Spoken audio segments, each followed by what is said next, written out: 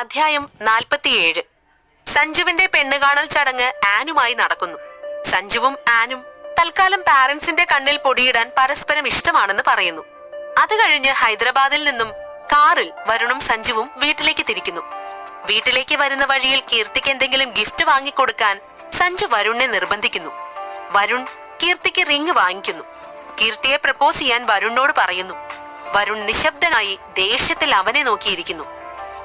നീ നോക്കി പേടിപ്പിക്കൊന്നും വേണ്ട, ഞാൻ സീരിയസ് ആയിട്ട് തന്നെയാ എന്നോട് ഞാൻ പറയുന്നത്. വരുൺ ഏതു മാനസികാവസ്ഥയിലാണെന്ന് സഞ്ജു കാര്യമാക്കുന്നില്ല. വരുണിന്റെ ദേഷ്യവും അവന് പ്രശ്നം ഉണ്ടായിരുന്നില്ല. നീ എന്ത് വിഡ്ഢിത്തമായി പറയുന്നത്? സ്വന്തം വൈഫിന് ആരെങ്കിലും പ്രപ്പോസ് ചെയ്യും? പ്രപ്പോസ് ചെയ്യാൻ പാടില്ലെന്ന് നിയമമൊന്നും ഇല്ലല്ലോ. ദേഷ്യത്തിൽ ചോദിച്ച വരുണിനോട് അതേപോലെ തന്നെ സഞ്ജുവും മറുപടി കൊടുത്തു. നോക്ക് ബ്രോ, ഇപ്പൊ പ്രപ്പോസ് ചെയ്യാൻ വേണ്ട എല്ലാ സെറ്റപ്പും നിന്റെ അടുത്തുണ്ട്. നമ്മൾ ഓൾറെഡി റിങ് വാങ്ങിയല്ലോ. പിന്നെ ഈ സമയവും ബെസ്റ്റാണ്. നിങ്ങൾ തമ്മിൽ കണ്ടിട്ട് കുറച്ച് ദിവസമായില്ലേ? വീട്ടിലേക്ക് പോകുന്നു, റിങ് എടുക്കുന്നു, പ്രപ്പോസ് ചെയ്യുന്നു. So simple. സഞ്ജു വരുണിന് പ്രപ്പോസ് ചെയ്യാനുള്ള സാധ്യതകൾ പറഞ്ഞു കൊടുത്തു. നീ പറയുന്നതൊക്കെ ലോജിക്കലി ശരിയാണ്, പക്ഷെ എനിക്കിതൊക്കെ എത്രത്തോളം ചെയ്യാൻ പറ്റുമെന്ന സംശയം. ഞാൻ ശ്രമിക്കാന്നല്ലാതെ ചെയ്യുമെന്ന് പറയാൻ പറ്റില്ല. വരുൺ പറഞ്ഞത് കേട്ട് സഞ്ജുവിന് ദേഷ്യം വന്നെങ്കിലും അത് കാണിക്കാതെ പറഞ്ഞു. ഞാൻ പറയാനുള്ളത് പറഞ്ഞു ബ്രോ, ബാക്കിയൊക്കെ നിന്റെ ഇഷ്ടം. വരുണിനോട് അങ്ങനെ പറഞ്ഞെങ്കിലും സഞ്ജു മനസ്സിൽ വേറെയാണ് ചിന്തിച്ചത്. പറഞ്ഞ് ഇവിടെ വരെ എത്തിയല്ലോ, ബാക്കിയൊക്കെ സ്വാഭാവികമായിട്ട് നടന്നോളും. നിന്നോട് വായിട്ടല്ല അവിടെ തീയിട്ടാൽ എല്ലാം പുകഞ്ഞു കത്തിക്കോളും. ആദ്യം ആ പണി നോക്കാം. സഞ്ജു ഫോൺ എടുത്ത് കീർത്തിക്ക് മെസ്സേജ് അയച്ചു. ഏയ് മാഡം, എന്തായി കാര്യങ്ങള്? എല്ലാം സെറ്റല്ലേ? സഞ്ജു കീർത്തിക്ക് മെസ്സേജ് അയച്ച ഉടൻ അവന് റിപ്ലൈ കിട്ടി. എല്ലാം ഓക്കെയാ, വെയിറ്റിംഗ് ഫോർ വരുൺ. ഓക്കെ. കീർത്തി വരുണിനെ സ്വീകരിക്കാനുള്ള അവസാനഘട്ട ഒരുക്കങ്ങളിലായിരുന്നു. അവൾ ആനുമായി ഫോണിൽ സംസാരിക്കുകയായിരുന്നു. ആൻ കീർത്തിക്ക് ആവശ്യമുള്ള നിർദ്ദേശങ്ങൾ കൊടുത്തുകൊണ്ടിരുന്നു. അതിനിടയിൽ ആൻ തന്റെ കല്യാണ വിശേഷങ്ങളും കീർത്തിയുമായി പങ്കുവച്ചു. അപ്പൊ നിന്റെ ഫ്യൂച്ചർ കളറായല്ലോ ആൻ. നീ നിനക്ക് ഇഷ്ടമുള്ള ആളെ തന്നെ കണ്ടെത്തി. നിന്റെ മുത്തശ്ശനും ഹാപ്പിയായി കാണുമല്ലോ. ആനിന്റെ വിവരം അറിഞ്ഞപ്പോൾ കീർത്തിയും സന്തോഷവതിയായിരുന്നു. യെസ്, ഇവിടെ എല്ലാവരും വളരെ ഹാപ്പിയാ. എന്റെ കാര്യം അവർക്ക് മുന്നിൽ മാത്രം ഓക്കെ ആയത്. ബാക്കിയൊക്കെ വരുന്നിടത്ത് വെച്ച് കാണാം. എന്തായാലും എന്റെ ലൈഫ് അവനോടൊപ്പം കളറായിരിക്കും. അക്കാര്യത്തിൽ യാതൊരു സംശയമില്ല. അതിനുവേണ്ടി ഞാൻ പരിശ്രമിച്ചുകൊണ്ടേയിരിക്കും. ആനും വളരെ ആവേശത്തിൽ തന്നെയായിരുന്നു. ഡാ, എനിക്ക് കുറച്ചുകൂടി ടിപ്സ് ഇതാ, അതിലൂടെ എന്റെ ലൈഫും കളറാവട്ടെ. കീർത്തി ആനിനോട് ആവശ്യപ്പെട്ടു. നോക്ക് കീർത്തി, ഇതിന് മാത്രം പേടിക്കാൻ ഒന്നുമില്ല. നീ സ്റ്റെപ്പ് നമ്പർ 24 ഓർത്ത് നോക്ക്. അതിലെന്താ പറഞ്ഞിരിക്കുന്നെ? ഒരുപാട് നാളുകൾക്ക് ശേഷം കണ്ടുമുട്ടിയ ദമ്പതികള് എങ്ങനെ പെരുമാറണമെന്നല്ലേ? അതായത് ഒരുപാട് ദിവസങ്ങൾക്ക് ശേഷമല്ലേ നിങ്ങൾ കണ്ടുമുട്ടാൻ പോകുന്നത്. അപ്പൊ കാണുമ്പോ തന്നെ കെട്ടിപ്പിടിക്കുക. എന്നിട്ട് ഇത്രയും ദിവസം നീ വരുണിനെ എത്രത്തോളം മിസ് ചെയ്തോന്ന് അവനെ അറിയിക്കാൻ. അതും നേരിട്ട് സംസാരിക്കാതെ വേണം ചെയ്യാൻ. പിന്നെ ബാക്ക്ഗ്രൗണ്ട് അറേഞ്ച്മെന്റ്സ് എല്ലാം റെഡിയല്ലേ? ആൻ ചോദിച്ചു. കീർത്തിയുടെ സ്വപ്നങ്ങൾക്ക് കൂട്ടായി ആൻ എപ്പോഴും ഉണ്ടായിരുന്നു. അതുകൊണ്ട് തന്നെ ചെറിയ കാര്യങ്ങളിൽ കൂടി അവൾ അതീവ ശ്രദ്ധ പുലർത്താൻ നോക്കുന്നുണ്ടായിരുന്നു. ഇവിടുത്തെ അറേഞ്ച്മെന്റ്സ് എല്ലാം പക്കയായിട്ട് ഞാൻ ചെയ്തു വെച്ചിട്ടുണ്ട്. പക്ഷേ ഇതൊക്കെ ഞാൻ ചെയ്തിട്ട് വരുൺ ഇങ്ങോട്ടേക്ക് വന്നില്ലെങ്കിലോ എന്നാ എന്റെ പേടി. കീർത്തി ചിരിച്ചുകൊണ്ട് പറഞ്ഞു. ഡി പെണ്ണെ, വേണ്ടാത്ത പറയാതെ വായടക്കി വെച്ചോട്ടോ. വരുൺ എന്തായാലും വരും. നിന്റെ ഈ കഷ്ടപ്പാടിന് ഫലം ഉണ്ടാവുകയും ചെയ്യും. സഞ്ജു കൊണ്ടുവരെന്ന് പറഞ്ഞ വാക്കായിരിക്കും. എന്നാ ഓക്കേടാ, എനിക്ക് കുറച്ചുകൂടി ജോലിയുണ്ട്. വരുൺ വരുമ്പോഴേക്കും അതുകൂടി ചെയ്യട്ടെ. വരുൺ വരാൻ സമയമായി തുടങ്ങി. ഞാൻ ശരിക്കും നെർവസാ. കീർത്തി വാച്ചിലേക്ക് നോക്കിക്കൊണ്ട് പറഞ്ഞു. ഓക്കേടാ, പിന്നെ ഡ്രസ് കുറച്ച് ഹോട്ട് ടൈപ്പ് തന്നെ ആയിക്കോട്ടെ കേട്ടോ. കണ്ട വരുണിന്റെ കൺട്രോൾ പോകുന്ന തരത്തിലുള്ളത്. അപ്പോ ബെസ്റ്റ് വിഷസ്. ഓക്കേടാ, ബൈ. ആൻ പറയുന്നത് കേട്ട് കീർത്തി ചിരിച്ചു. മറുവശത്ത് വരുണും അക്ഷമ കൊണ്ട് ഭ്രാന്തനായിരുന്നു. അവന്റെ അസ്വസ്ഥത കണ്ട് സഞ്ജു ഡ്രൈവറോട് പറഞ്ഞു. ബ്രോ, കുറച്ചുകൂടെ വേഗത്തിൽ പോവാൻ നോക്ക്. ഇല്ലേ ഇന്നത്തോടെ തന്റെ ജോലിയുടെ കാര്യത്തില് ഒരു തീരുമാനമാവും. കഴിയുന്ന അത്രയും വേഗത്തിൽ പറപ്പിച്ചു വിട്ടോ. നമ്മുടെ ബോസിന് ഹാലിളക്കി തുടങ്ങിയിട്ടുണ്ട്. യെസ് സർ, ഞാൻ മാക്സിമം സ്പീഡിൽ തന്നെയാ പോകുന്നത്. മിക്കവാറും ഫൈൻ കിട്ടാൻ ചാൻസും ഉണ്ട്. ഇതിലും സ്പീഡിൽ പോയാൽ നമ്മൾ വീട്ടിലേക്ക് എത്തില്ല. വരുൺ, നീ കേട്ടില്ലേ ഇത്? ഇപ്പൊ നീ കുറച്ച് റിലാക്സ്ഡ് ആയിട്ടിരിക്കും. വെറുതെ ആവശ്യമില്ലാത്ത വെപ്രാളവും ടെൻഷനും കാണിക്കണ്ട. എന്തായാലും നിനക്ക് ഇവിടുന്ന് വീട്ടിലോട്ട് പറക്കാനൊന്നും പറ്റില്ല. ഈ കാറിൽ തന്നെ പോയേ മതിയാവൂ. അതിന് ഞാൻ നിന്നോട് വല്ലതും പറഞ്ഞോ?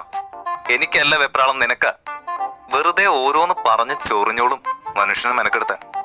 വരുണിനെ സംബന്ധിച്ചിടത്തോളം ഒരാളുടെ കാര്യത്തിൽ പരസ്യമായി ഇങ്ങനെ കാണിക്കുന്നത് ബുദ്ധിമുട്ടുള്ള കാര്യമായിരുന്നു. അവന്റെ പ്രവൃത്തി കൊണ്ട് സഞ്ജുവിനെല്ലാം മനസ്സിലാകും എന്നറിയാമായിരുന്നിട്ടും വെറുതെ ഒരു പ്രഹസനം. എന്നാലും സഞ്ജു അവനെ കഴിയുന്ന പോലെ ടീസ് ചെയ്യാൻ നോക്കിക്കൊണ്ടിരുന്നു. സഞ്ജു ആയതുകൊണ്ട് തന്നെ വരുൺ അതിന് മൗനം പാലിച്ചു. മണിക്കൂറുകൾ നീണ്ട ഡ്രൈവിംഗിന് ശേഷം വരുണും സഞ്ജുവും വീട്ടിലേക്ക് മടങ്ങിയെത്തി. അക്ഷമനായ വരുൺ സഞ്ജുവിന് മുൻപ് കാറിൽ നിന്നിറങ്ങി. സഞ്ജുവും കാറിൽ നിന്നിറങ്ങി. വരുൺ വേഗം മുന്നോട്ടേക്ക് പോയി.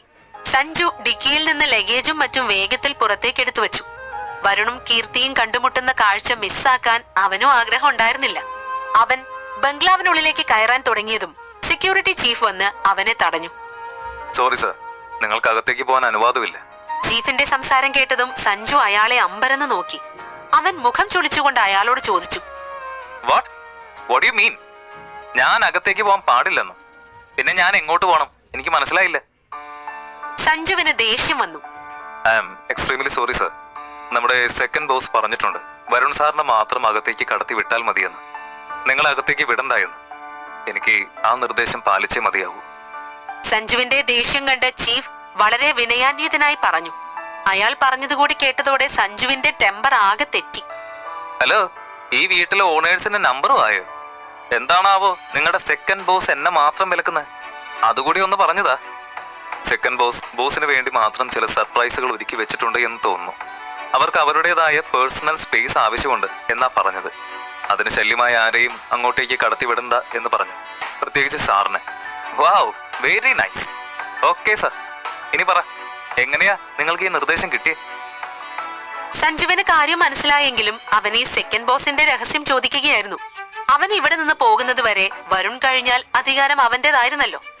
സർ, എനിക്ക് ഇവിടുത്തെ സെക്യൂരിറ്റി ചുമതലയാണല്ലോ ഉള്ളത്. അതുകൊണ്ട് തന്നെ വരുൺ സാർ എന്റെ ആദ്യത്തെ ബോസ്. കീർത്തി മാം അദ്ദേഹത്തിന്റെ ഭാര്യയാണ്. കൂടാതെ മാം ആണല്ലോ എപ്പോഴും ഇവിടെ ഉള്ളത്. ഇവിടെ പ്രോട്ടോകോൾ പ്രകാരം മാം എന്താവശ്യപ്പെട്ടാലും ഞാൻ നടത്തിക്കൊടുക്കാൻ ബാധ്യസ്ഥനാണ്. അതുകൊണ്ട് തന്നെ അവരാണ് എന്റെ ഇപ്പോഴത്തെ സെക്കൻഡ് ബോസ്. ചീഫ് സഞ്ജുവിന് കാര്യങ്ങൾ വ്യക്തമായി വിശദീകരിച്ച് പറഞ്ഞുകൊടുത്തു. അത് കേട്ട് സഞ്ജുവിന് തമാശയായി.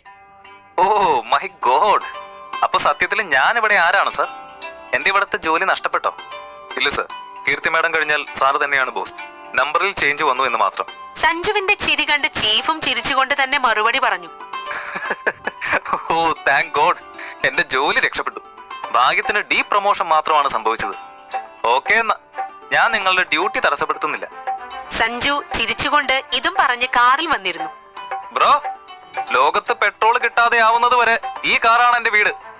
വണ്ടിയെടുക്ക് ബ്രോ, നമുക്ക് ഈ ലോകം മുഴുവൻ ചുറ്റി വരാം. ഡ്രൈവർ കാർ എടുത്തു. ചീഫിന് കൈ കാണിച്ച് അവർ മുന്നോട്ട് പോയി. വരുൺ ബംഗ്ലാവിന്റെ ഹാളിൽ കയറിയപ്പോൾ തന്നെ അമ്പരന്ന് പോയിരുന്നു. ഹാൾ ആകെ വ്യത്യസ്ത തരം രംഗോലികൾ കൊണ്ട് ചിത്രങ്ങൾ വരച്ചു വെച്ചിരിക്കുന്നു. കളറിൽ അവന് പോകാനുള്ള വഴികൾ ആരോ മാർക്ക് കൊണ്ട് അടയാളപ്പെടുത്തി വെച്ചിരിക്കുന്നു. പൂക്കളുടെ വശ്യമായ ഒരു സുഗന്ധം അവിടെ ആകെ തങ്ങി നിൽക്കുന്നുണ്ടായിരുന്നു. ജീവിതത്തിൽ ഒരിക്കലും ഇത്രയും നല്ല സുഗന്ധം വരുൺ അനുഭവപ്പെട്ടിരുന്നില്ല. രംഗോലിയുടെ സഹായത്തോടെ കീർത്തി വരുണ്ണു വേണ്ടി കിടപ്പുമുറിയിലേക്ക് ഒരു അമ്പടയാളം ഉണ്ടാക്കി വെച്ചിരുന്നു. പക്ഷേ ആ വഴി ഒരിക്കലും നേരെയായിരുന്നില്ല. പല മുറികളിലൂടെയും കടന്നു വേണം മുന്നോട്ടേക്ക് പോകാൻ. ശരിക്കും ഇൻട്രസ്റ്റിംഗ് ആയ ഒരു പസൽ പോലെ. അവൻ ചെയ്യേണ്ട കാര്യങ്ങൾ വ്യക്തമായി നോട്ട്സിൽ രേഖപ്പെടുത്തിയിരുന്നു. ഹാളിന്റെ സൈഡിൽ പൂക്കളാൽ അലങ്കരിച്ചൊരു ടേബിൾ ഉണ്ടായിരുന്നു. ലുക്ക് അറ്റ് മീ എന്ന ബോർഡ് വെച്ച് വരുൺ അങ്ങോട്ടേക്ക് നടന്നു. അവിടെ മേശപ്പുറത്ത് കീർത്തി ഒരു പൂച്ചെണ്ടും മനോഹരമായ ഒരു കുറിപ്പും വെച്ചിട്ടുണ്ട്. കീർത്തിയുടെ ഈ സ്നേഹത്തോട് എങ്ങനെ പ്രതികരിക്കണമെന്ന് വരുണിന് മനസ്സിലായില്ല. സഞ്ജു അവനോട് കീർത്തിയെ പ്രപ്പോസ് ചെയ്യണമെന്ന് പറഞ്ഞിരുന്നു. പക്ഷേ അതിനേക്കാൾ വലിയൊരു സർപ്രൈസ് ആയിരുന്നു കീർത്തിയുടെ ഈ പ്രവൃത്തികൾ. പ്രണയത്തിന്റെ കാര്യത്തിൽ കീർത്തിയെ മറികടക്കാൻ തനിക്കാകില്ലെന്ന് വരുണിന് മനസ്സിലായി. അവൾ എപ്പോഴും വരുണിന് വേണ്ടി നെക്സ്റ്റ് ലെവലിൽ ചിന്തിക്കുന്ന ഒരാളായിരുന്നു. അതുകൊണ്ട് തന്നെയാണ് സഞ്ജു അവൾക്കായി ഗിഫ്റ്റ് വാങ്ങാൻ നിർബന്ധിച്ചത്. അവളുടെ മുന്നിൽ വരുൺ താഴാതെയിരിക്കാൻ, തിരിച്ച് അവൾക്കും വരുൺ മൂല്യം കൊടുക്കുന്നുണ്ടെന്ന് മനസ്സിലാക്കി കൊടുക്കാൻ. നല്ലൊരു സുഹൃത്ത് എന്താണോ ചെയ്യേണ്ടത് ആ കടമ സഞ്ജു കൃത്യമായി നിർവഹിച്ചിരിക്കുന്നു. പൂക്കളുടെ സുഗന്ധം ഇന്നവനെ ഉന്മത്തനാക്കി. അവിടെ കണ്ട കാഴ്ച അവന്റെ നിർജീവമായ കണ്ണുകളിൽ മറ്റൊരു തരം ഊർജം പകരുന്നുണ്ടായിരുന്നു. കീർത്തിയുടെ സർപ്രൈസിനോട് വരുണിന്റെ പ്രതികരണം എന്തായിരിക്കും? ഈ പരിതസ്ഥിതിയിൽ വരുൺ തന്റെ കഥ കീർത്തിയോട് പറയുമോ?